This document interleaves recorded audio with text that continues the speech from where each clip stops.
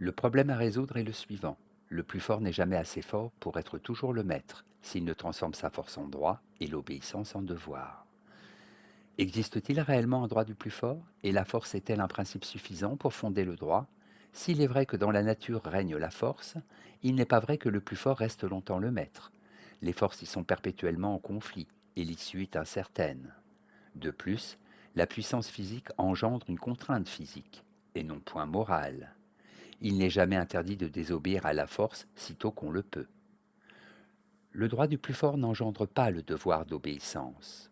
Rousseau écrit: sitôt que c'est la force qui fait le droit, l'effet change avec la cause. Toute force qui surmonte la première succède à son droit. Il suffit d'échapper à la force pour en avoir le droit, puisque selon ce principe, le plus fort a toujours raison. La force ne peut fonder le droit. Le contrat social est une réflexion sur les fondements du droit. D'où vient l'autorité d'une règle de droit? La force ne peut fonder le droit. D'abord parce que, par nature instable, elle ne peut fixer que des relations précaires entre les hommes. Mais surtout, force et droit renvoient à des réalités hétérogènes.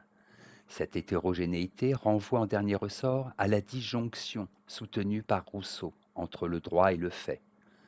Le droit exige une obéissance volontaire et non contrainte. La force me fait toujours plier, jamais consentir. En critiquant le droit du plus fort, Rousseau récuse d'un même coup le droit d'esclavage et le droit de conquête.